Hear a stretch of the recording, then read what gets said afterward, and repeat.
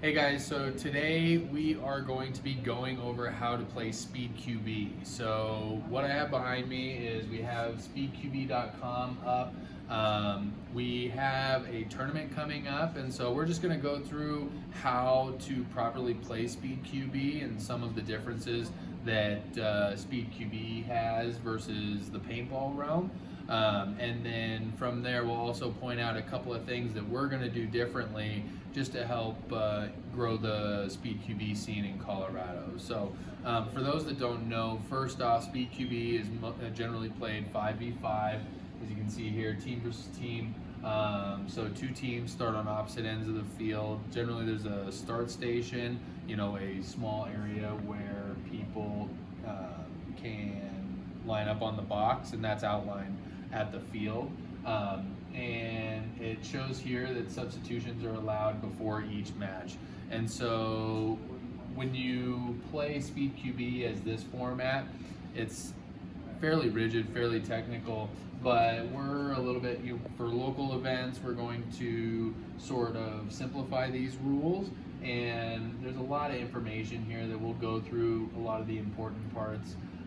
But then for when we play local and for events that we host at American Paintball Coliseums, we'll point out where things are going to be a little different. So for our games, generally we'll play 3v3 and allow for a 4-person roster. So you're still able to sub in a person in between your matches. However, will only be 3v3 for APC tournaments, but then team versus team, you would normally play, or for regular SpeedQB, you normally play 5-on-5.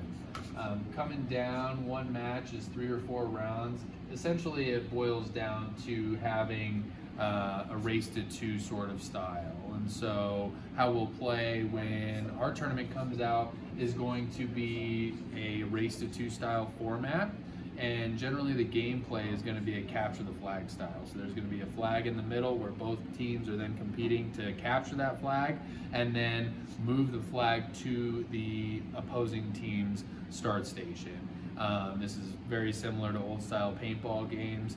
And then when the flag touches the start station, then as long as the point is approved, the referees will go ahead and give it a thumbs up, and then the scorekeeper will let the team know that they won that point. One thing that Airsoft isn't super familiar with is a split deck system. So when we play tournaments in APC, or if you've played paintball in the past, split deck allows us to run 2 games simultaneously. We'll get more into that a little bit later on, but that is how teams rotate. So then as one set of teams comes off after finishing a point, another set of teams will come on, play their point, and as that game finishes, the other team will continue their match or race to 2 objective by coming back onto the field after that. So the matches are generally going to be 3 minutes, and they outline championship matches here versus 3-round versus more of a standard match. When we play our local tournaments, we're going to run everything in a race to 2 format. So one thing that's going to be majorly different between how we run SpeedQB or speedsoft tournaments is going to be the point system. We're going to go do away with the point system just because it's a lot for us to keep track of. In a more formal setting, SpeedQB has a point system that allows for differentiation in case teams end up having the same match score. So say a team wins 2 of their games and they lose 2, but another team, as you're working your way through the tournament, wins 2 and loses 2.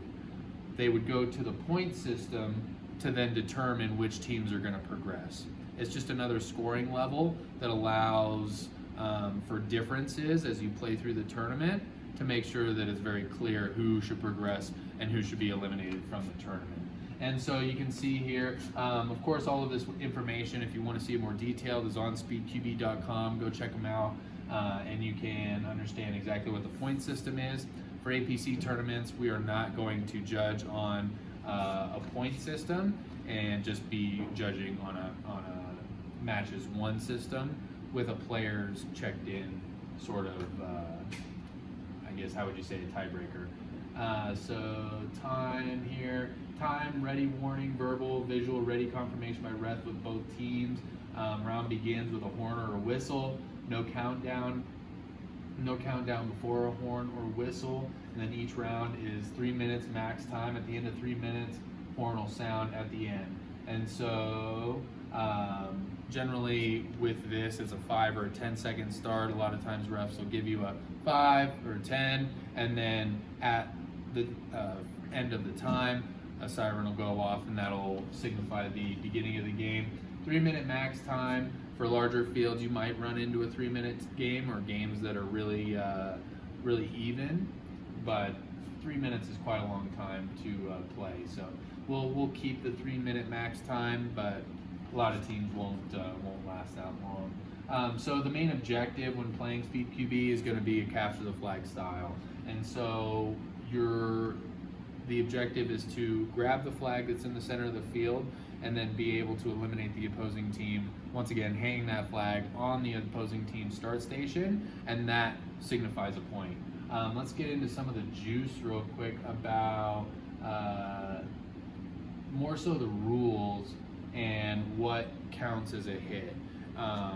When you're playing, obviously in Airsoft there's no splat like there would be in paintball. So how SpeedQB's been able to make sure that cheating is kept at a minimum is by making the penalties actually pretty severe. And I personally like this system. I think without having an indicator, making the penalties severe is a good way to make sure that a good way to incentivize players to play fair from the get-go. With that though, there's going to be several referees on the field. For us, generally between 4 to 6 referees, and the officiators have full power to call hits upon players and pull players. And so this is something that this is the biggest detail here, is that you don't want a ref to come in and have to decide whether you got hit or not. If you feel a hit, you want to make sure and call it out. But even if you don't feel a hit, or a hit, a BB hits on something hard, look for the indication to the ref. If a ref calls you out, it happens in every sport.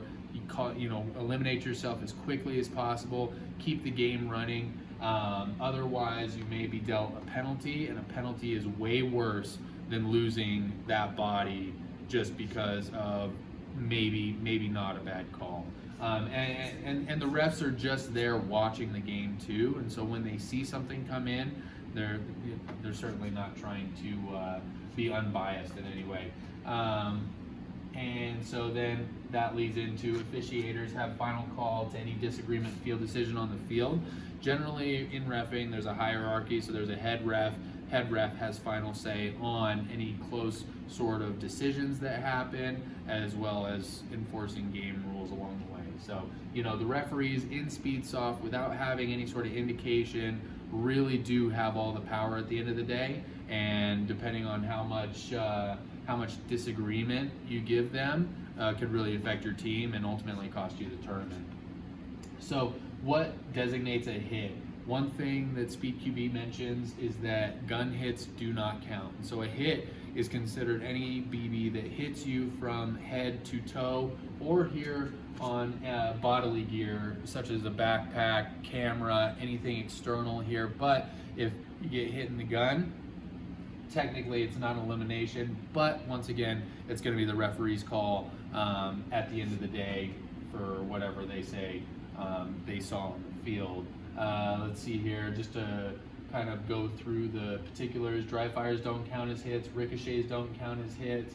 If players shoot each other at the same time, there's something that happens quickly, then both players are generally eliminated. If it can't easily be distinguished by a referee who shot who first, then both players will be called out, which is quite common. Let's see here, and then zero verbal communication by dead players upon being hit, leaving the field, and while in the dead box. This one is huge because if you can be from the dead box and continue to audibly tell your teammates, you might as well still be playing. and obviously you're a dead player, so keep your mouth shut at the end of the game. Once again, referees will likely warn you. It comes out, it's an adrenaline sport, you know, hey, you know, this, that, but for talking after you're dead, usually it's first time's a warning, hey, don't talk, and then the second one's going to start to incur penalties. So very important for those that haven't played in a tournament or competitive style, make sure that when you're eliminated, your body is zip. Otherwise, you may be getting some penalties. So fouls here, that's what I've been calling penalties. Fouls, as they're marked out in SPEEDQB, have negative consequences not only for the player that's playing, but also for points that get lost, and then the rounds that ultimately go to the match to help you progress through the tournament. This is one area where we differentiate for tournaments that APC is going to play. But to go through it, you have a first offense, second offense, and third offense, and then SPEEDQB marks out a fourth offense. In APC tournaments, these offenses are going to carry throughout the tournament. So you'll basically have 4 chances before you get disqualified by official terms. We'll keep track up to 3 and continue just to pull players if disagreement or fouls go past that. So the first one, I'm gonna recognize or just describe how APC is gonna run them. And usually the SPEEDQB ones are just an extension of this. We just trimmed it up a little bit to eliminate the points since we're not using that, so on. But the first offense is that the team loses that round, loses all points for that round. And so basically you would forfeit the point to the other team. Once again, race to 2, each point matters, something you don't want to do. Second offense is that the team loses that round, in SPEEDQB loses all the points, but then the player with the foul is pulled from the rest of the match. And so that only leaves your other rostered players to play through the rest of the match. So if you get a second foul, if your team is second fouled, and you just started the first point of that game or of that match, then that player will be held from play, and then the other 3 players will have to do their best to win the game. And you lose a point automatically, so that's a big deal. Third offense, team loses the round, plus points. Player with foul is pulled from the rest of the event, and then affected team plays 1 man short for the remaining matches of the event.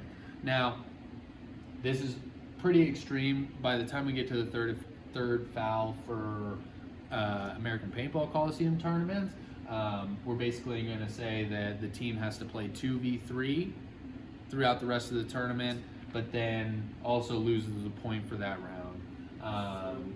And then, of course, the penalty will stack, so the player wouldn't be able to play in the rest of that match, whoever caused that 4th penalty.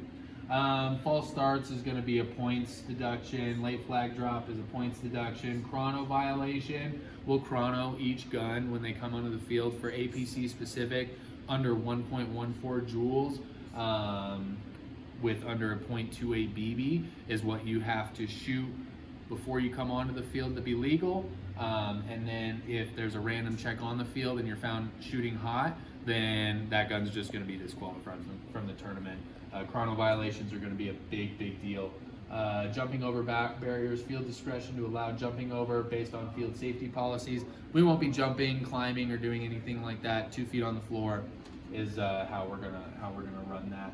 And then as we get registration put together, there's more information about how to actually rank and play competitively amongst other areas. For American Paintball Coliseum tournaments, they're generally one-offs as we grow the scene in Colorado. And so the tournament format oftentimes is going to be a bracketed system. The goal for that team is to work their way to the top of the bracket by winning matches, and then the top teams from those brackets are going to progress into the semifinals, finals rounds to determine placement for first, second, third, and fourth. and that's very similar as well to how SPEEDQB tournaments are going to run. These are marked as double elimination tournaments, which means a team needs to lose twice in order to be eliminated. And then the championship matches are best of 5 rounds. That's cool for us in local events. We'll play 3-round matches or best of 2 matches throughout the event. And so that's gonna wrap up the page there. Let's see if we missed anything. Minimum engagement distances. Being that this is a competitive format, there's no engagement distances. So no surrenders, no bang bang kills. Those aren't going to matter at all. Knife kills count. So in an official SPEEDQB sort of regulation, you're able to knife kill opponents, melee kills, however you want to call them, but generally knife kills will go ahead and eliminate that other player, and we'll stick with that for American Paintball Coliseum too. That's good enough. Let's see here, and then there's some more information about how the gameplay functions. Generally, a breakout from the start stations like we discussed earlier. If you want more details, of course, you can go check out the SPEEDQB website itself. And then it marks here that the shooting mode is going to be semi-auto only, and then there will be regulations on the rate of fire that players will be able to shoot. So a lot of SPEEDQB players are going to be HPA players. Those rate of fires are adjustable. Very similar to paintball, we will have a max rate of fire that you can shoot, but the way that it shows in SPEEDQB is that you're going to be playing semi-auto only up to a rate of fire. And let's see if they have an official rate of fire. I don't think they do. It is uncapped? Yeah, it's semi, but you have to have a trigger guard. There's no trigger modification, okay, stuff like that. So you have to have full grip and trigger guard on the gun. Okay, gotcha. So with that, it's going to be you need to have a trigger guard on the gun, but the way they play an official SPEEDQB is going to be an uncapped semi-automatic mode. And so I think that wraps us up, guys. This is just a general look at how to play competitive airsoft in the SPEEDQB format. It's something very new, and so that's why we wanted to make this video, just going through some of the format and then also showing how we modify the rules to help fit within the Colorado airsoft community to be able to help run events not only for a first time but then into the future as well. So we appreciate you guys for watching. Thanks for tuning in, and then if you like more content like this, want to follow along, subscribe to the channel below, and we hope to see you at the next American Paintball Coliseum event.